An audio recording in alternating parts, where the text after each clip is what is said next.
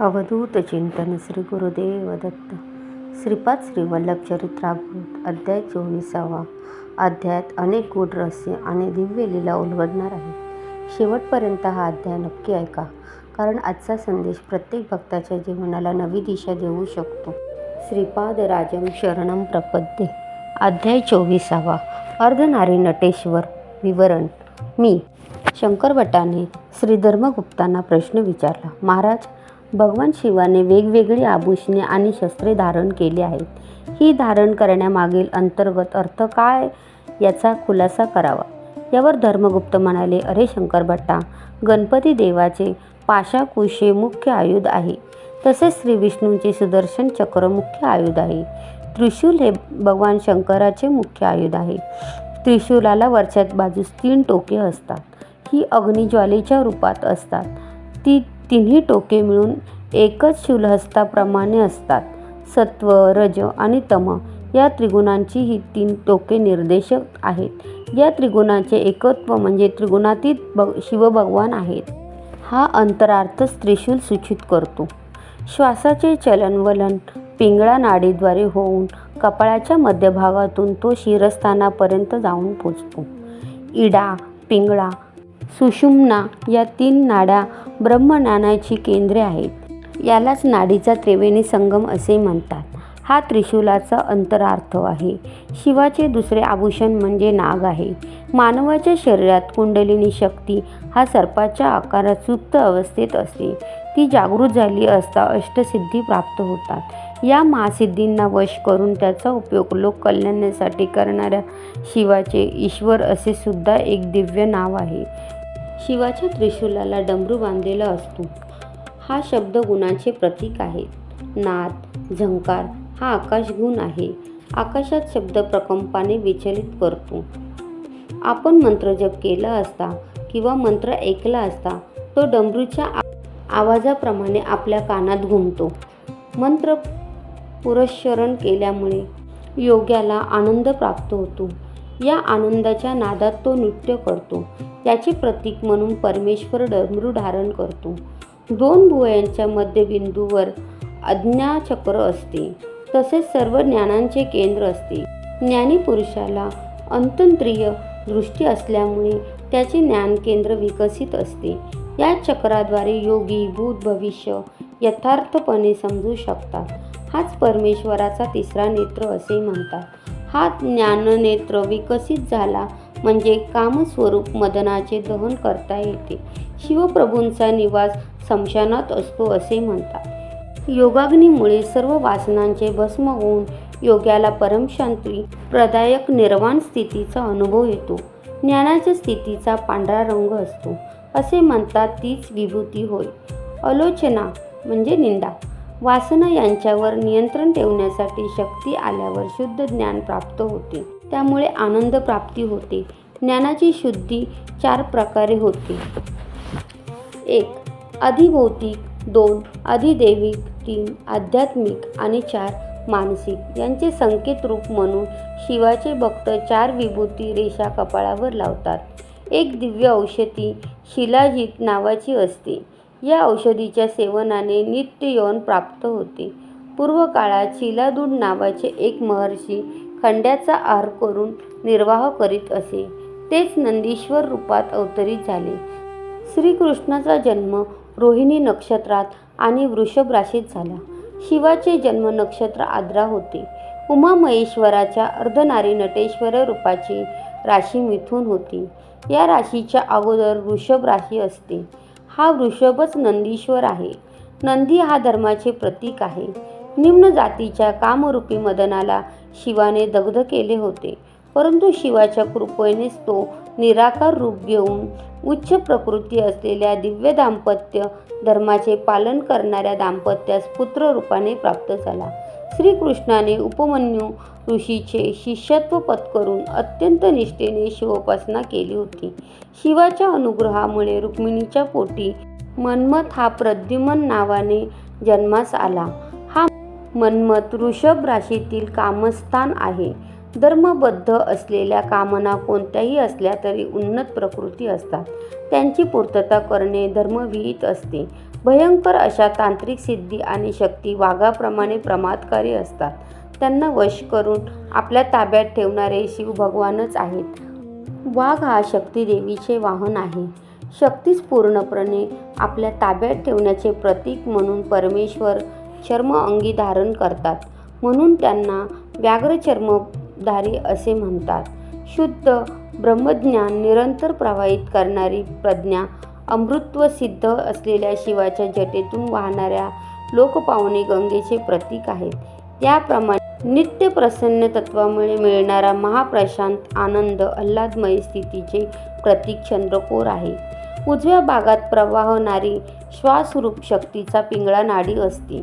डाव्या भागात प्रवाह करणारी श्वासरूपी शक्ती इडा नावाने ओळखली जाते. अरे शंकर भट्टा, प्राणायाम करताना उजव्या नाकपुडीने श्वास घेतल्यास उष्णता वाढते, म्हणून तिला सूर्यनाडी म्हणतात. डाव्या बाजूने श्वास घेतल्यास शीतलता मिळते, म्हणून तिला चंद्रनाडी असे म्हणतात. काळ पुरुषाच्या शरीरातील राशीचक्रात मेष राशीपासून तुला राशीपर्यंत उष्णता देणारे 6 महिने सूर्यनाडी असे गृहीत धरल्यास अश्विन मासापासून फाल्गुन मासापर्यंत 6 महिने शीत अर्थात कमी उष्ण असल्याने चंद्रनाडी असे समजले जाते. या चंद्रसूर्याच्या गतीमुळे पौर्णिमा आणि अमावस्या यांची निर्मिती होते.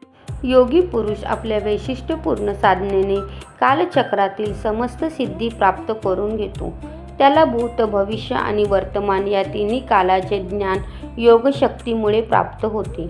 या कालचक्रात अर्धनारीश्वर, जी कोणत्याही परिस्थितीत वेगळी करता येत नाही अशी जोडी समजावी.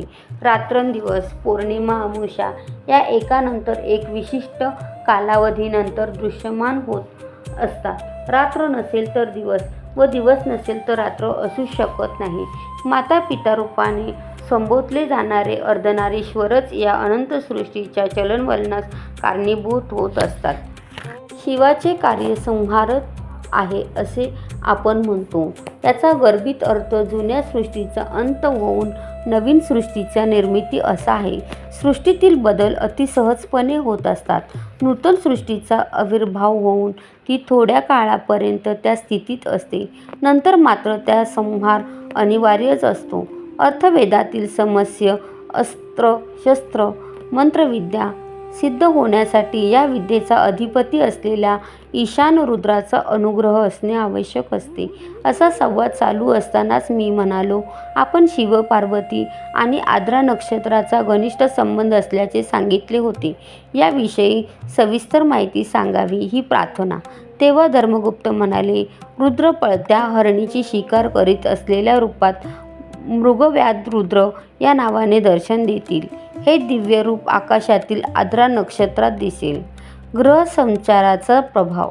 धर्मगुप्त पुढे म्हणाले, या मृगव्याध रूपाचे रूप नक्षत्र मंडळातील मिथुन आणि कर्क राशीच्या मध्ये आडवे दिसेल. या नक्षत्र मंडळाच्या जवळ राहू, केतू, शनी यासारख्या ग्रहांचा संचार झाल्यास विश्वव्यापी युद्ध, प्रलय, देवदेवतांचे युद्ध, महाभारताचे युद्ध यासारखी संकटे ग्रहगतीनेच येतात. काल संहार मूर्ती म्हणजे धनुष्यबाण धारण केलेल्या उग्रमूर्ती असलेल्या रुद्राचेच मनुदेवता रूप असे वेदांनी वर्णन केले आहे. धर्मगुप्त आपले वक्तव्य चालू ठेवीत म्हणाले, माघ मासातील अमावस्येच्या अगोदर येणाऱ्या चतुर्थीला महाशिवरात्री असे म्हणतात. प्रत्येक महिन्यातील अमावस्येच्या पूर्वी येणाऱ्या चतुर्थीला महाशिवरात्री असे म्हणतात. शनी प्रदोष समयी ईश्वर आराधनाचे फळ म्हणजे शनिग्रह दोषाचे निवारण. महाशिवरात्र मंगळवारी आल्यास ती अत्यंत पुण्यकारक असते. शनिवारी त्रयोदशी असल्यास त्याला शनी प्रदोष म्हणतात. या शुभ दिनी शिवार्चन करून शनिदेवास प्रिय असलेले तीळ दान करावे. शिव शनीची आदिदेवता असल्याने तिळाच्या तेलाने परमेश्वराची आराधना केली असता शनिदेवाच्या बाधेपासून निवृत्ती होते. शनिवारी प्रदोष समयी शिवाराधना केल्यास समस्त कर्म दोषविरहित होऊन आपणास सुखशांती लाभते. शनी हा कर्मकारक देवता आहे. शिव ही संहारक देवता आहे. शनी प्रदोष समयी शिवाची आराधना सर्व प्रकारच्या अशुभ कर्माच्या महापापाचे भस्म करून शुद्ध, नूतन, दिव्य, तेजोमय शुभस्पंदनाने मानवाचे मन, बुद्धी, अहंकार, चित्त याची आत्मशुद्धी करून नवीन जन्म प्राप्त करून देते. अशा प्रकारे अर्चनेने शनी देवता शांत होतात. शनिवारी रात्रीच्या वेळीस त्या जीवाचे सारे दुष्कर्म दोषाची अधिष्ठान देवता महाकालीमध्ये विलीन होतात. दुसऱ्या दिवशी म्हणजे रविवारी सूर्योदयाच्या समयी सवित्र मंडळातील मध्यवर्ती असलेल्या त्या महाशक्तीचा साधकास अनुग्रह प्राप्त होतो. याच वेळी त्याच्या नूतन जीवनाला सुरुवात होते. त्याच्या अशुभ कर्माच्या पापाचे गाठोडे परमेश्वराच्या योगाग्नीत जळले जाते. पंचभूतात्मक शिवस्वरूप शिवशंकर हे पंचभूतात्मक देवाधिदेव आहेत. आपल्या शरीरातील मूलाधार केंद्रात पृथ्वीत्व असते. त्याचेच प्रतीक म्हणून साधकाकडून पार्थिव लिंगाची पूजा केली जाते. स्वाधिष्ठान चक्रात जलत्व असते. याचे प्रतीक जललिंग असते. मणिपूर चक्रात अग्नित्व असते. त्याचे प्रतीक ज्वालालिंग आहे. यालाच हिरण्यस्तंभ असे सुद्धा म्हणतात. कंठस्थानात म्हणजे विशुद्ध चक्रात वायुत्व असते. त्याचे प्रतीक वायुलिंग आहे. हृदयातील आकाशस्थानात असलेल्या लिंगाला चिदंबर लिंग असे म्हणतात. या पंचभूतात्मक लिंगाची आराधना, दर्शना, अर्चना हे विशेष फलप्रद असतात. आकाशलिंग म्हणवल्या जाणाऱ्या चिदंबर लिंगाला आकारच नसतो.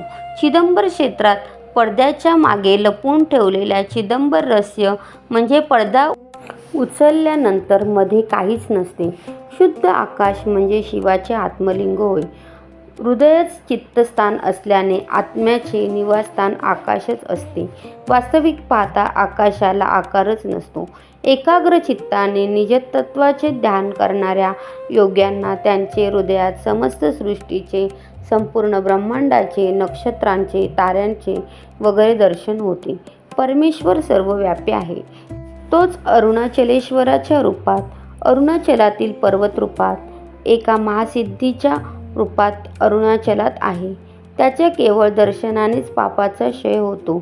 तोच अरुणाचलेश्वर आज मानवाकृतीमध्ये पिठिकापुरात श्रीपाद श्रीवल्लभ या नामारूपाने अवतार घेऊन समस्त मानवजातीचे कल्याण करण्याच्या उद्देशाने सध्या कुरवगड्डीमध्ये दिव्य तेजाने विलसत आहे. कुरवगड्डी अरुणाचल पर्वताप्रमाणे आहे. अर्धनारीश्वर रूपात असलेल्या अरुणाचलेश्वर श्रीपाद श्रीवल्लभ आहेत. ज्याप्रमाणे अरुणाचलातील पर्वत साक्षात शिवस्वरूप आहेत, तसेच कुरवगड्डीसुद्धा साक्षात श्रीपाद श्रीवल्लभांचे रूपच आहे. अरुणाचलातील शिवलिंगात शिवशक्ती असल्याप्रमाणे श्रीपाद श्रीवल्लभांच्या रूपातसुद्धा शिव आणि शक्ती मिळून आहेत. अरुणाचलातील महासिद्धीच्या रूपातील परमेश्वराचे दर्शन साधकांना अत्यंत दुर्लभ असते. परंतु श्रीपाद श्रीवल्लभ या रूपातील महासिद्धीचे दर्शन साधकांना अत्यंत सुलभ रीतीने होते. हे धर्मगुप्ताचे वक्तव्य ऐकून मी म्हणालो, महाराज, मी आत्तापर्यंत श्रीपाद प्रभू हे श्री पद्मावती देवी समवेत श्री व्यंकटेशाचे संयुक्त स्वरूप आहेत असे ऐकले होते. परंतु तुम्ही ते शिव शक्ती स्वरूप आहेत असे सांगितले. मला हे सारे काही स्पष्ट कळत नाही. घोटाळ्यात पडल्यासारखे वाटते. आपण कृपा करून स्पष्ट करून सांगावे. माझे बोलणे ऐकून धर्मगुप्त हसले आणि म्हणाले, अरे बाबा, श्रीपाद प्रभूंचे दिव्य तत्व सप्तऋषींना सुद्धा अवगत झाले नाही, तेव्हा माझ्यासारख्या सामान्य पामराची काय कथा? तरी पण माझ्या सामर्थ्यानुसार तुला समजावून सांगण्याचा प्रयत्न करतो. श्री व्यंकटेश प्रभू कृतयुगापासून आहेत. त्यांनी श्री दशरथ राजाला दर्शन देऊन सांगितले होते की मी श्री रामचंद्र या नावाने तुझ्या घरी जन्म घेईन.